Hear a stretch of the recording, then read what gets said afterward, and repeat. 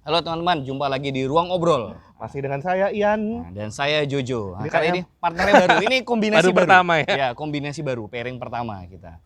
Nah, jadi kita kali ini akan membahas film yang Indonesia terbaru, judulnya Cek Toko Sebelah Dua. Tanpa toko. Toko. Cek toko sebelah yang nggak ada toko. Kalau nggak ada toko, terus apa yang mau kita cek nih, Yan? Itu dia masalahnya. Nah, yang pertama Nah. kita cek tuh satu. Kenapa pemeran ceweknya ganti? Oke. Oke. Gimana nih? Oke, itu yang yang mungkin paling banyak jadi pertanyaan, paling jadi pertanyaan banyak orang itu adalah kenapa pemeran ceweknya, pacarnya Si Ernest CRS itu ganti. dari Mbak Gisel ke Mbak Ke- Laura Basuki. Iya. Menurutmu gimana? Kamu cocok gak sih kalau yang meranin itu Laura Basuki? Kalau aku sih cocok-cocok aja ya. Kalau aku cocok-cocok aja karena kalau berdasarkan apa yang Ernest katakan di podcastnya Yang lain, sama ya? Soleh itu ya katanya memang aslinya itu memang pemerannya dari cek Laura. toko sebelah pertama itu memang Laura Basuki. Cuma Laura Basuki itu dulu hamil gitu, dan kebetulan di film kedua ini tuntutan aktingnya lebih besar. Dan memang Laura Basuki itu adalah aktor yang superior. Bagus banget, mengalir. Mengalir Nah, banget. Aku sebenarnya ada pesimis sih kalau misalnya no offense ya, Iya. kalau misalnya yang mainin itu si Gisel. Aku nggak yakin dia bisa mainin sebagus itu karena basicnya si Gisel kan menyanyi sebenarnya kan. Betul. Kalau dibandingin Laura Basuki jelas jauh. Dari segi chemistry pun lebih enak kan si Laura Basuki ini sama Ernest jelas. Nah, mungkin di menit-menit pertama orang akan ganjel ini karena kan menit-menit pertama kan langsung dimulai dengan adegannya intronya kenalan mereka berdua gimana mereka kan? berdua kan, karena memang udah digantikan dengan Laura Basuki. Orang udah bingung ini timelinenya yang di mana, kapan, karena nggak ada cue-nya ya, nggak ada. Nah, ini jadi timelinenya sebulan ya. Sebulan ya? Sebulan setelah CRS film pertama. Jadi betul-betul direct sequel, cuma memang adegan awalnya itu terlepas dari aktrisnya ganti, memang flashback. Nah, tapi nggak apa-apa, itu nggak akan bingung. Nggak mengganggu. Nah, yang bikin keren nih filmnya sama sekali nggak mengganggu waktu ada perpindahan karakter, perpindahan cast-nya.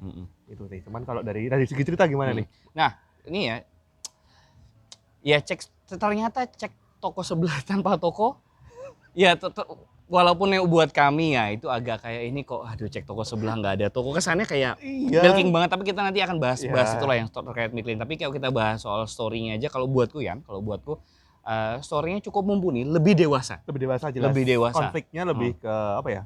Konfliknya jelas beda. Kalau yang pertama kan soal keluarga kan. Dan semuanya berpusat di toko. Nah, karena itu kan judulnya cek toko sebelah.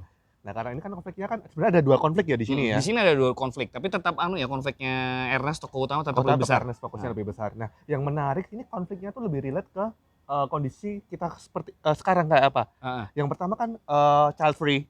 Kita konflik Ernest dulu. Oh, sorry ya. Konflik Ernest dulu. Nah, konflik Ernest itu adalah ya itu soal apa ya, kasta.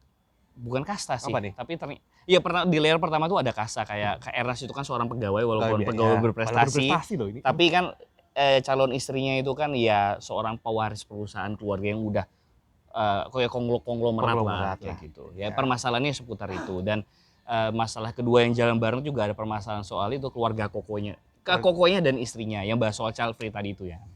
Tapi kan emang kalau beberapa tahun ini kan emang udah mulai disuarain kan sama orang-orang. Gak tahu ya si Ernest ini emang udah survei duluan atau gimana, dan menurutku emang layak buat dibahas juga sih. Betul. Di filmnya itu. Iya, sesuai tema yang sesuai zamannya lah. Sesuai zamannya. Nah, betul. Tapi yang aku suka ya dari pembawaan yang topik soal child free itu adalah dia nggak daki-daki, dalam artian nggak bilang kita harus child free gini-gini itu enggak. Dia tuh ngasih nunjukin kenapa siapa tadi?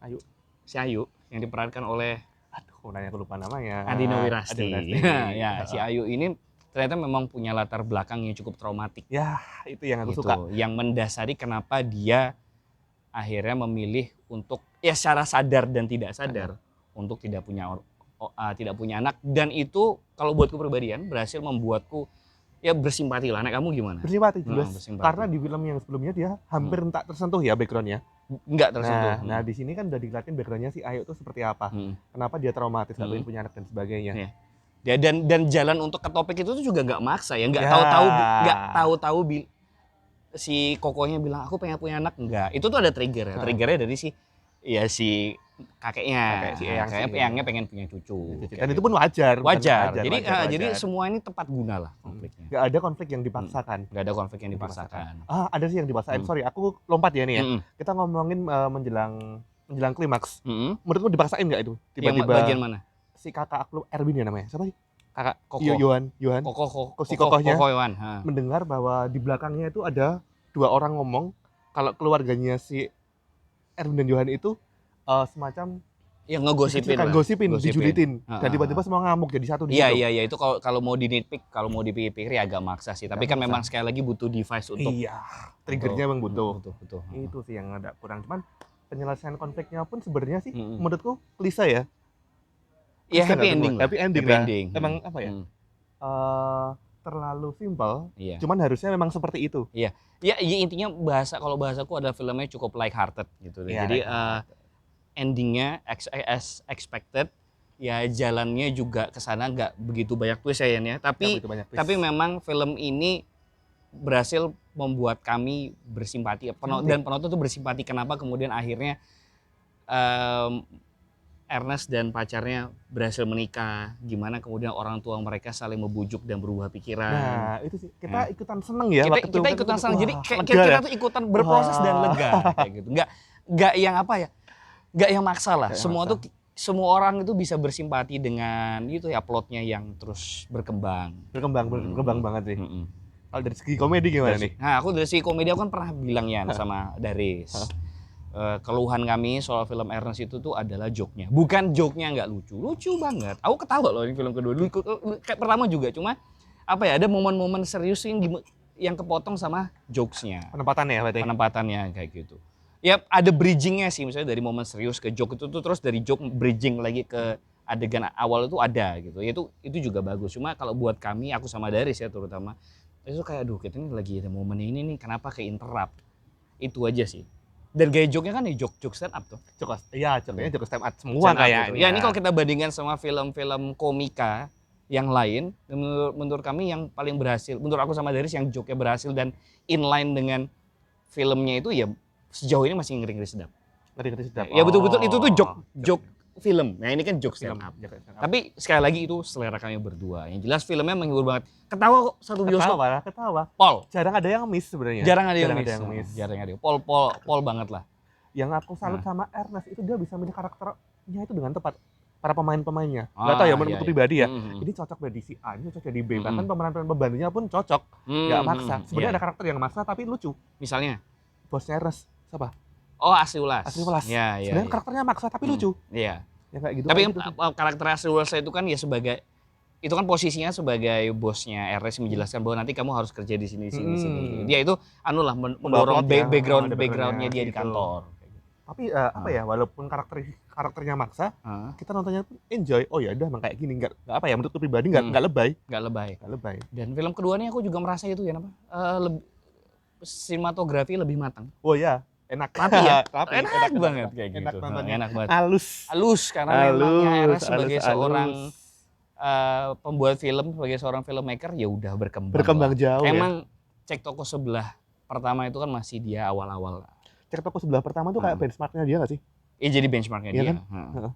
Ya, dan sekarang udah makin berkembang jadi filmnya cukup enjoyable. Jadi kalian kejarlah film ini di bioskop gitu. Ya walaupun kalau buat yang berdua kesannya milking banget.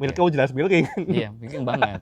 Tapi emang itu teman-teman, apa ya, nek ngomongin milking itu kalian cari aja di YouTube di channelnya HH Corp yang bahas channelnya RS bahas film. Dia kan diwawancarain sama Soleh Solihun tuh. Katanya kenapa Cek Toko Sebelah 2 lagi? Karena memang niat itu tantangan milking supaya orang-orang tuh bakal rame lagi ke bioskop dengan brand yang familiar. Nah, itu brand Cek Toko Sebelah 2. Dan berhasil. Dia berhasil. Rame kok. Rame. Full loh. Berarti sebenarnya si RS udah punya formula buat bikin film yang bagus. Iya. Iya kan, bukan yang bagus sih, yang rame. Gitu. Cuma ya, dan satu lagi sih ya, kayaknya memang teka-teki 3 cukup traumatik sepertinya. Aku belum nonton, nonton sih, pengen tahu sih ada masalahnya di mana. Kalau aku sama Dari sih happy-happy aja sih. Sama teka-teki ya? Cukup lah filmnya, cukup. Aku penasaran sih soalnya kayak ini bukan Ernest, bentuknya Ernest kayak itu loh. Iya. Dia pengen mencoba keluar dari formula film Cina-Cinaan ya. Nih kami jangan dikoreksiin politically incorrect nih bilang Cina-Cinaan. Filmmakernya bilang Cina-Cinaan. Jadi iyalah. Boleh. Tapi bakal jadi masalah nggak ya ke depannya ya kalau misalnya si Ernest ngeluarin film lagi, pasti masalahnya soal ras lagi, bakal jadi masalah nggak ya kira-kira? Soalnya sejauh ini kan kayak gitu kan film-filmnya. Iya nggak sih? kalau ya kita kan sama-sama tahu ya film maker itu kan punya ciri khasnya Ya, masing-masing oke, kayak gitu. jelas, Kalau jelas. buatku pribadi sih, kalau kedepannya memang takdir, takdir. Ya memang ternyata memang jalannya fokusnya di sana. Aku pikir nggak masalah sih, karena kan itu juga cukup relate kan dengan kehidupan kita kehidupan kita juga relate. Cuma ya paling nanti yang perlu divariasikan tuh cuma ya tema ceritanya aja lah. Nah, Ya Cina, kalau konflik film yang Cina-Cinaan kan ya nggak melulu soal toko ya teman-teman ya. tapi kan yang relate-nya kan paling relate dengan toko kan ya. Iya. Toko, cinta beda ras, apalagi ya, yang nggak gitu kayak gitulah. Dan sih, kamu sering nonton wawancaranya Eras sama orang-orang lain tuh ya dia memang isu-isu yang berkaitan dengan ras-ras Cina ini di Indonesia ya memang ya dia ngalamin itu. Iya, kan, makanya gitu. Bagian dari hidupnya dia. Jadi aku pikir sih nggak ada masalah sih. Ya cuma mungkin dia sebagai seorang filmmaker yang terus berkembang merasa aduh jangan gini-gini terus dong. Itu wajar nggak? Itu sih aku sih mikirnya sayang banget sih kalau misalnya ke depannya filmnya konfliknya berputarnya di situ lagi, situ lagi. Sayang banget di situ.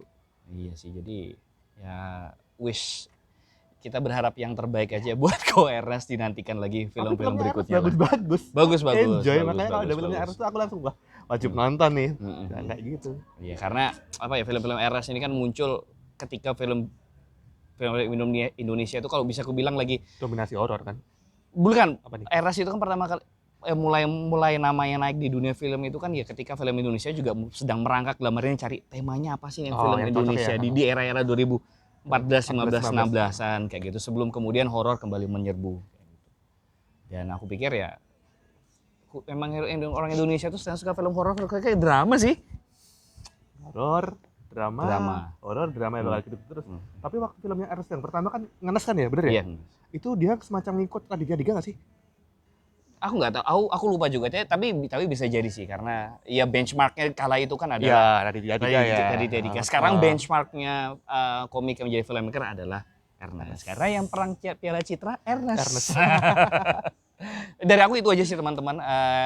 Film ini sangat seru ditonton di bioskop. Tontonlah bersama keluarga kalian. Keluarga, pasangan.